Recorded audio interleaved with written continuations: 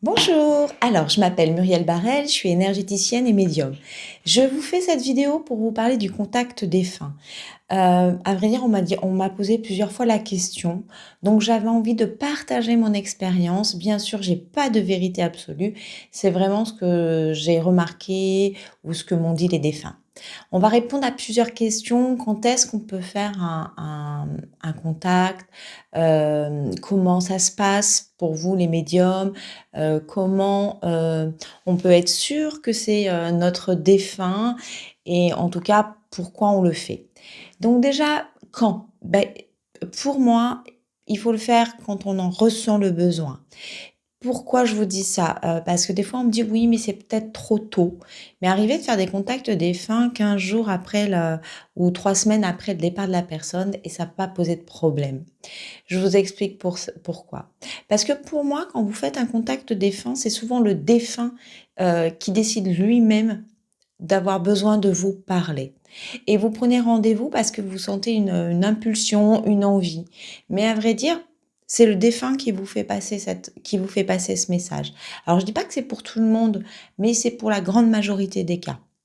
La plupart du temps, quand je discute avec les personnes, c'est toujours, «Bah, tiens, une amie m'a parlé de vous, et d'un seul coup, j'ai pensé à mon papa». Ou alors, bah, j'étais en pleine nuit et j'ai été réveillée, j'ai pensé à mon papa, je suis tombée sur vous, sur la vidéo, sur votre site. Voilà.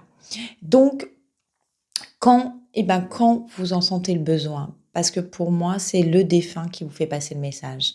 Et je vous dis, après, c'est vrai qu'après plusieurs années, on dit en général 15 ans, c'est plus difficile d'avoir un contact défunt. Je vous explique pourquoi. Parce que quand les défunts sont derrière, ils évoluent. Et selon leur stade d'évolution, bah, il y a un moment donné, pour nous en tant que médium, enfin moi personnellement, j'ai vraiment du mal à les contacter.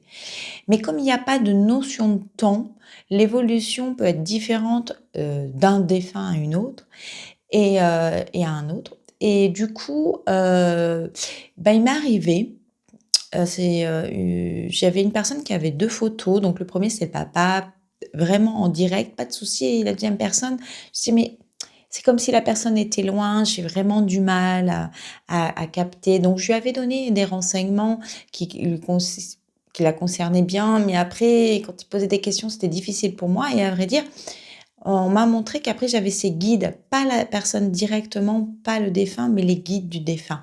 Donc voilà, le seul risque quand la personne est décédée depuis longtemps, c'est peut-être d'avoir plus ces guides qui nous donnent des informations. Et je vous dis, ben, après le décès de la personne, c'est pareil, il y a un stade d'évolution, mais si le défunt a envie de vous faire passer un message parce qu'il n'a pas pu vous dire des choses, parce qu'il vous sent triste, parce que, vous n'avez pas pu lui dire au revoir et qu'il sent que vous culpabilisez, beh, c'est lui qui aura envie de vous parler et il fera passer par un médium si vous êtes pas en capacité de recevoir le message. Alors comment ça se passe quand on reçoit un message?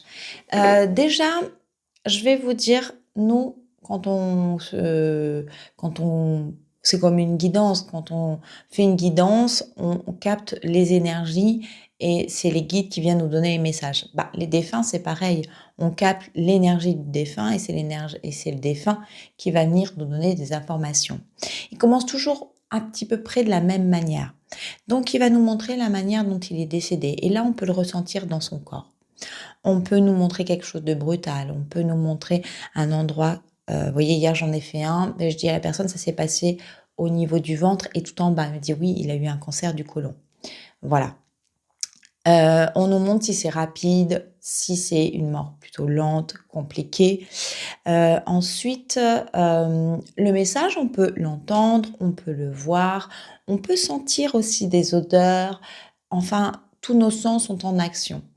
Par la suite, pour que vous puissiez, la première partie, c'est vraiment le défunt a envie que vous puissiez, le reconnaître et être sûr que c'est lui. Donc il va nous donner des informations, alors comme moi c'est sur photo, j'ai déjà le physique, mais par exemple mes collègues qui font pas sur photo, ils ont des informations physiques, ils peuvent avoir des informations, sur, le caractère de la personne, c'est quelqu'un de discret, quelqu'un de jovial, quelqu'un de plutôt triste, renfermé. Et d'ailleurs, on sent bien cette énergie. Si vous avez un défunt qui était plutôt quelqu'un qui aimait pas trop parler, on va sentir qu'il est pas très bavard. Mais du coup, on va plutôt ressentir des choses dans notre corps et tout ce qui est plutôt émotionnel, mais pas forcément des mots. Par la suite, ils vont nous donner des messages, ils vont nous montrer comment ils ont été accueillis, comment ils sont partis. Ils vont peut-être nous parler d'autres défunts qui les ont attendus. Et après, ils vont nous donner là où ils sont maintenant. Comment ils se sentent, qu'est-ce qui s'est passé pour eux, où ils se situent. Et bien sûr, après, ils auront un message pour vous qui êtes venus les contacter. Et ça sera un message certainement d'amour, aussi des conseils, et peut-être que vous aurez des questions, mais souvent, la plupart du temps, quand je fais un contact défunt en cabinet, j'ai la réponse aux questions avant, parce qu'ils savent vraiment pourquoi vous êtes venus, à vrai dire.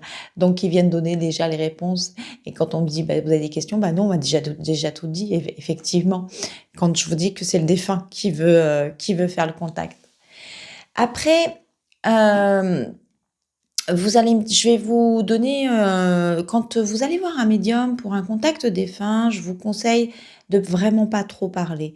Parce que justement, cette partie-là, cette première partie de reconnaître son défunt est très importante. Si vous donnez trop d'informations, forcément vous pourrez pas savoir si c'est le bon défunt, et même pour le médium, c'est mieux, qu'on vienne lui dire: «Oui, c'est ça. Oui, d'accord, je suis OK. C'est la bonne personne». Donc je vous conseille vraiment de pas donner d'informations, et après quand les informations sont bonnes, bien sûr, il faut dire que c'est OK. Donc comme je vous le disais, pour moi, c'est le défunt qui décide de venir nous parler. Je vais vous donner, alors des fois, vous venez en contact défunt, et ça m'est arrivé il y a pas longtemps, mais le message, c'était pas vraiment pour la personne. C'est une jeune fille qui était venue, enfin une jeune fille, une femme qui était venue pour son papa.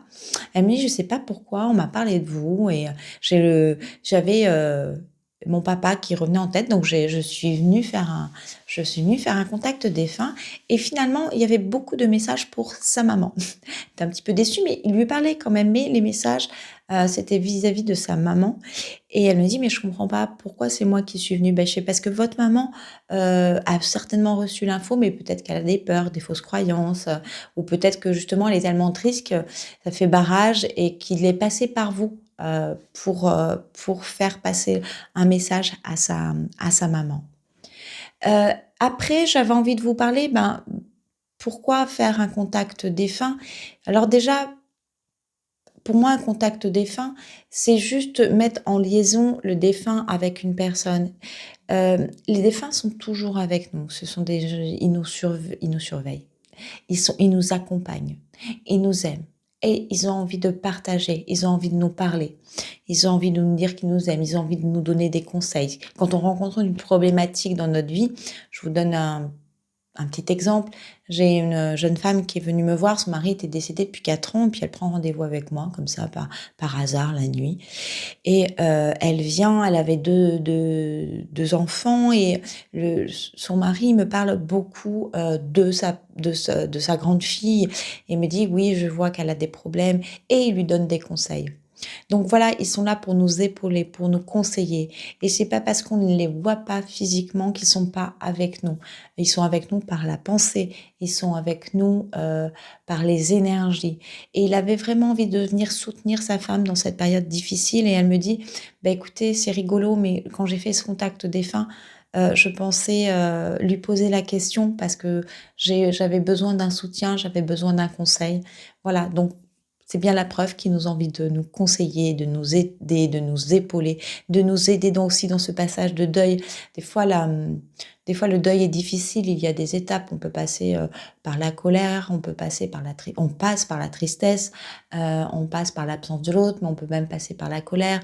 On a même des fois des questions qu'on n'a pas pu poser, et du coup, on n'arrive pas à évoluer nous-mêmes dans notre deuil. Et ben, ils sont là pour nous aider. Ils sont là pour nous soutenir, ils sont là pour nous conseiller. Voilà, bah écoutez, j'espère que cette petite vidéo va vous aider.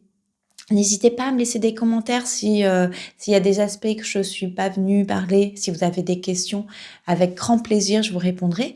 Et puis si vous avez envie d'aborder d'autres thèmes, si je suis capable de vous donner des informations, n'hésitez pas, demandez-moi, je le ferai avec plaisir. Si vous avez aimé ma vidéo, eh ben, n'hésitez pas à mettre un petit pouce. Merci beaucoup. Je vous souhaite une belle journée. Au revoir.